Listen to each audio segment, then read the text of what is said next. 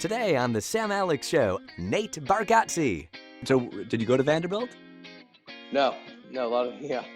I could never get into Vanderbilt. Talking about his comedy special. I was like starting to have like some people come out and know me, but now it's like a lot of the audience knows you. On his first big break. I knew that like if I wanted to do stand-up, I needed to go to New York. That's where the most comedy clubs.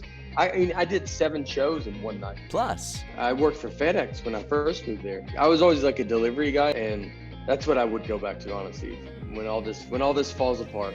all ahead on the Sam Alex Show.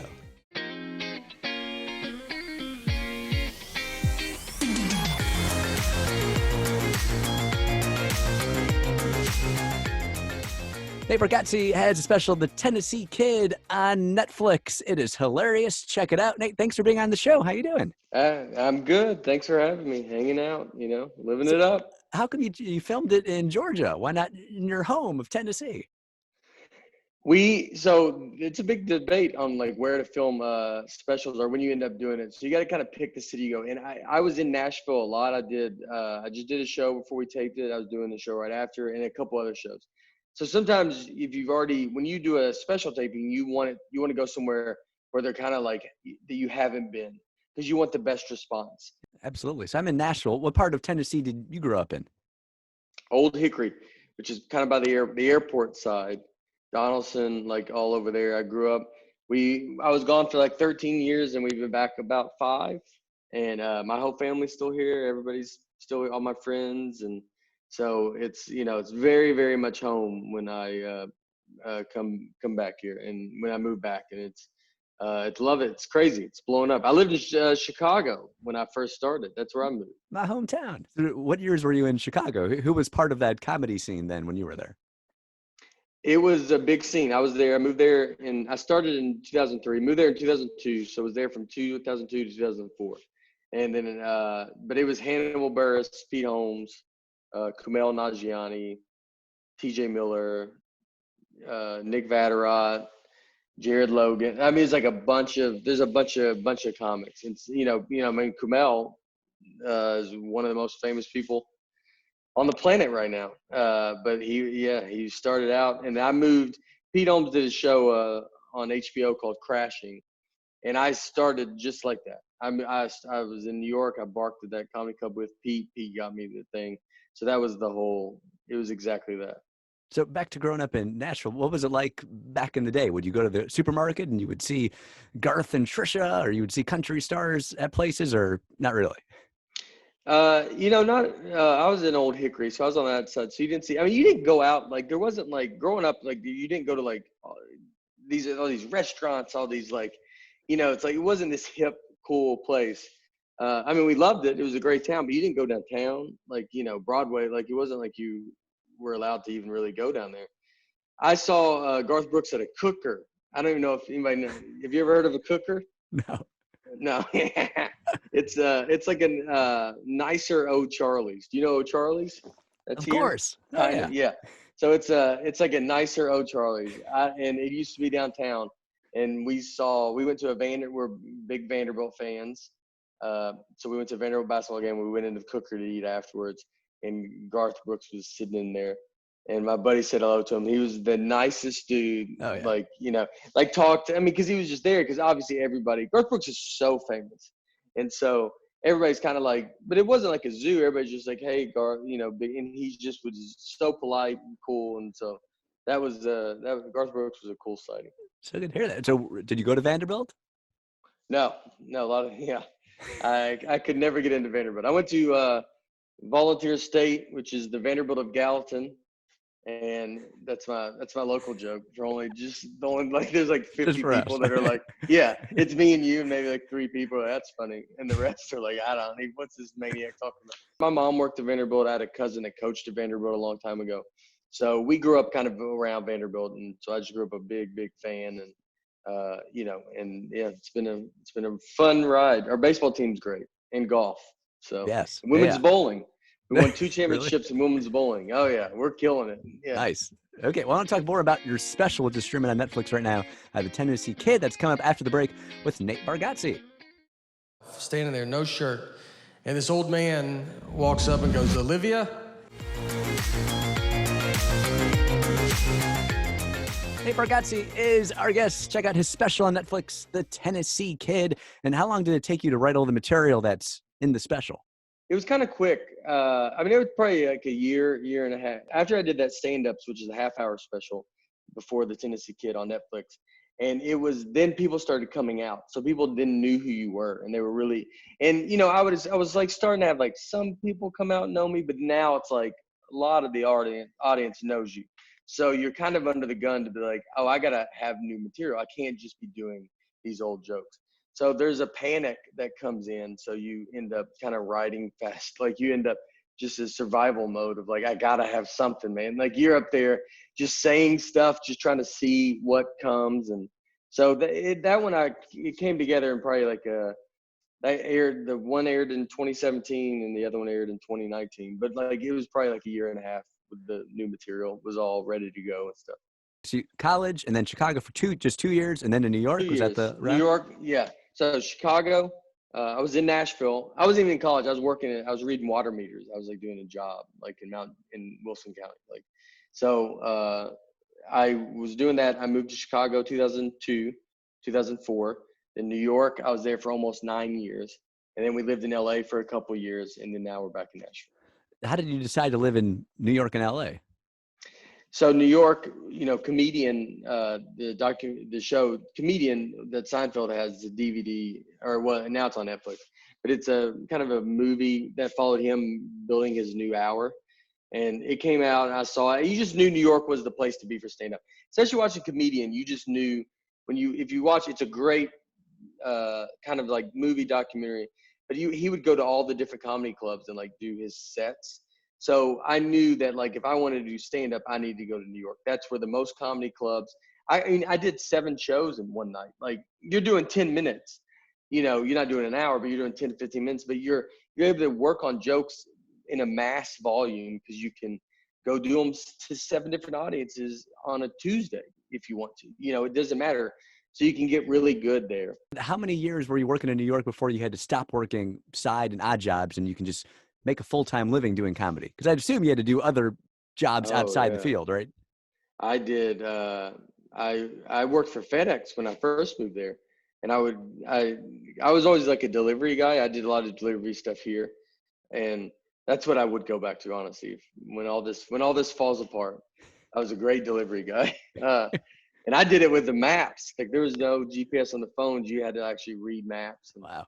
so but when I moved to New York, I did that.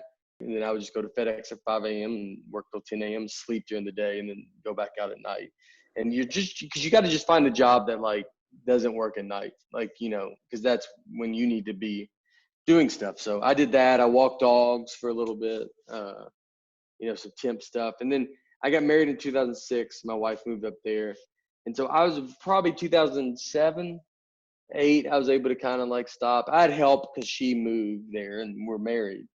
So she had a real job. So, but yeah, I mean, we were at the point where, you know, my wife was like, if you could just make, you know, I mean, $1,000 a month, that would be great. Like, you know, it was like, that's all she needed me to make, like just $1,000 a Just help month. pay for groceries.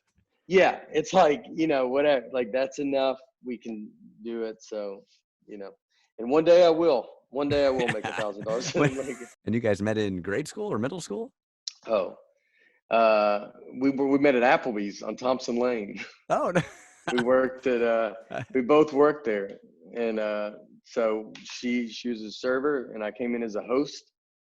That's how you start in the restaurant game, and swung for the fences and got her. And so we've been together before I started comedy. She was at my 21st birthday, and so we've been together for a long, you know, I mean, I'm 41, 20 years. Do you guys ever go back to that Applebee's for on your anniversary or take your kids there? We did. We'd actually go once for our anniversary, and some people still work there. And then we took our daughter there. It's one of the first restaurants, chain restaurants. I like chain restaurants. So we are, you know, we ended up taking her there, Applebee's, because we wanted her to be her first chain restaurant to go. So it's That's kind of awesome. fun. All right, well, Nate, we have some fan questions for you. We'll get to those after the break with Nate Bargatze. You know when you order something and the guy looks at you weird and you're like, I'm pretty sure he doesn't know what I just said. But you're both touching the credit card, so you're just too far into it and you're like, all right, let's see what he thinks he heard. Nate Bargatze is our guest. His Netflix special called The Tennessee Kid. Caleb wants to know, Nate, what is Jimmy Fallon like in real life? He's as genuine as he comes off. He's a really great guy. He's been very nice to me. He was a big break for me in my career. Like, he saw me at a comedy club, and I got to know him. And we ended up like working together on stuff, and then doing the Tonight Show as much as I've done. And so he's as nice I mean, I think he's like he is on as you see him on TV. Very cool. John wants to know, what's your favorite venue to perform at? I'm doing the Ryman in Nashville, and the Ryman's unbelievable. I've done it only a couple times. I've never headlined it. We were supposed to already have headlined it, and then all this stuff came out, the Corona stuff. So we moved it, and so now we're doing it later. But the little bit I've done it there, it's in Nashville, and it's the response from the audience is unreal. It's it just hits you. And so it's got such a legendary place.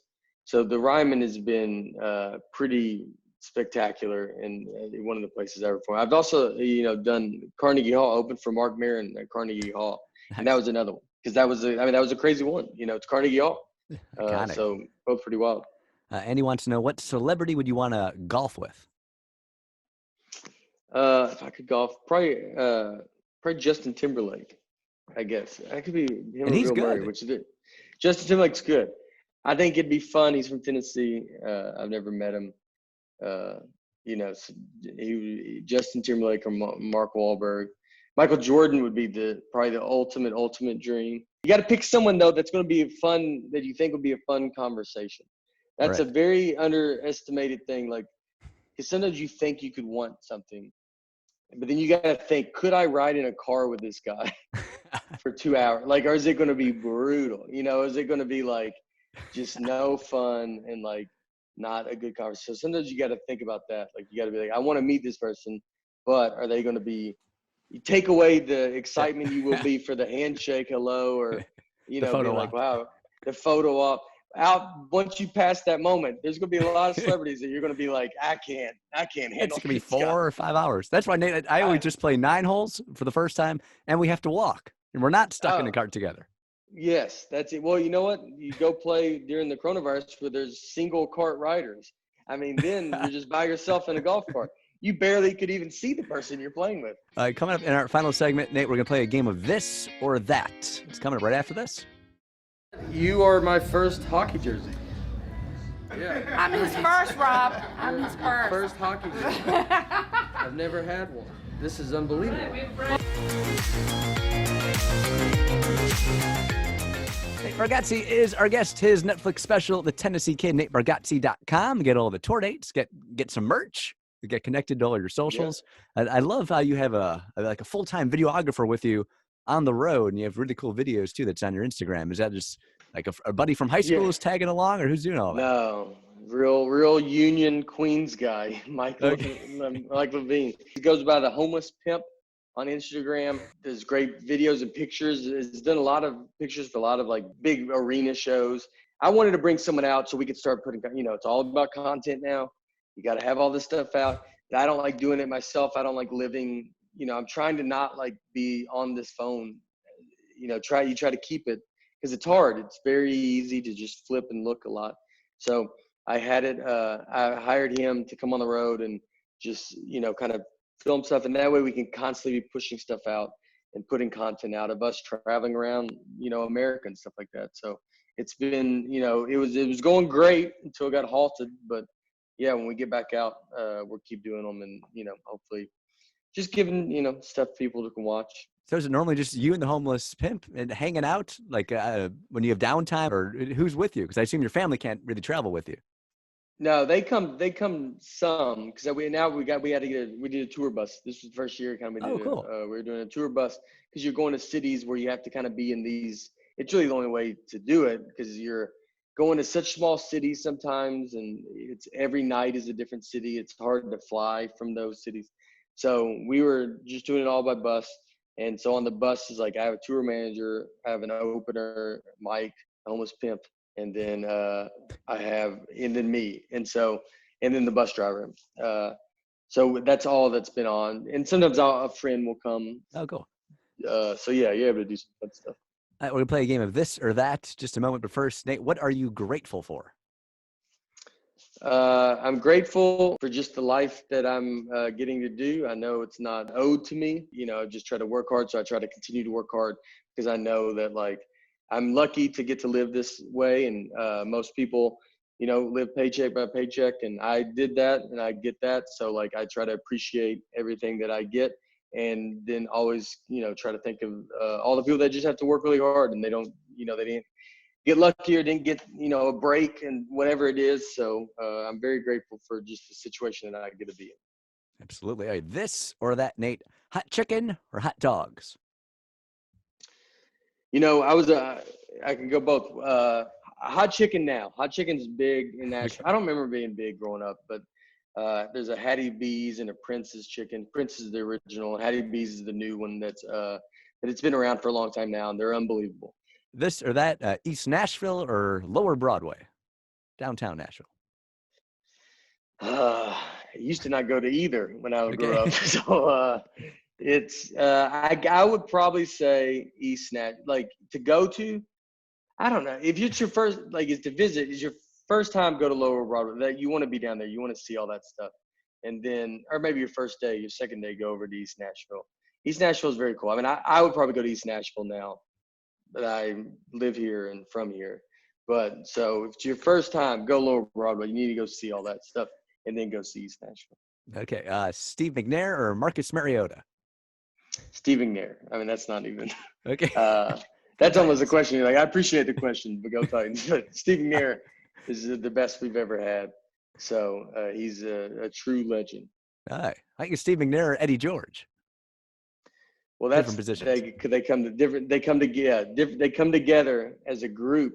So yeah, they're a tie because you don't separate them. I think Marcus Mariota would take Steve McNair over himself. That's how much I think. If you asked him that question, but Eddie and Steve it's fun to have they were a duo that we had, and they go together. Like you just think of them together. Yeah. All right. Lastly, Chris Rock or Eddie Murphy? Ooh, I got to tour with Chris Rock. So Chris Rock I think, had one of Bring the Pain and some of the best specials ever. Eddie Murphy, I think, was a phenom. And what he did with his specials, I mean, you got to remember, he's 22 years old or something when he's taping like Delirious and Raw. So You were at that Applebee's level, then. I was at Applebee's. Yeah, I was barely making it at Applebee's, and the stuff he was putting out at that age is beyond. You just never seen anything like it. Chappelle is probably the closest to someone that came up that was so young. But I mean, Eddie Murphy put out specials that are so good, and he was so young. And then I know Chris Rock would obviously say Eddie Murphy, and so therefore I would say Eddie Murphy as well. What's something behind the scenes that makes Chris Rock so amazing? Because I saw him at Zany's doing one of his dress rehearsals before he was doing, preparing for his special. He came out the side door as well as 8 other people with notepads who were like, working on material with him. Like he was really taking that seriously. Yeah, I was one of those 8 people. Oh, really? When I came down, yeah, he always got like, people think they write jokes for him. No one writes jokes for him. Like I did it. I sit there with him, and you're just like, you're giving him tags. There's no difference in if I invited you to a show, and then after the show, I was like, hey, you think that joke's funny? And I asked you, and you're like, yeah, that was funny. What if you said this thing? And I'm like, yeah, that's funny. And then I said that thing. Tags are going to be giving like little extra things. You're not writing this. He's coming up with everything on his own. You're just kind of there to like, be like, hey, yeah, this was funny. Like, because when you're on stage, like when you get off stage, you want to talk to someone about it. Because you're up there, it's hard to be, you're in the moment. So you need someone that's also was watching to be like, yeah, well, when you did this, you're like, oh, that's right, I did do that. And they help you remember stuff and help you like figure it out and put it together. So that's essentially what all the people with the notepads were doing, is you're just kind of like go watch and check out. And he also likes just hanging out with comedians. It's and so that's another big part of it. That's good to hear. Well, I'm on all my socials are at Sam Alex Radio. People stay connected with you, NateBargatze.com, your Netflix special, The Tennessee Kid. Nate, thank you so much for being on the show. Really appreciate it. Absolutely, man. Loved it.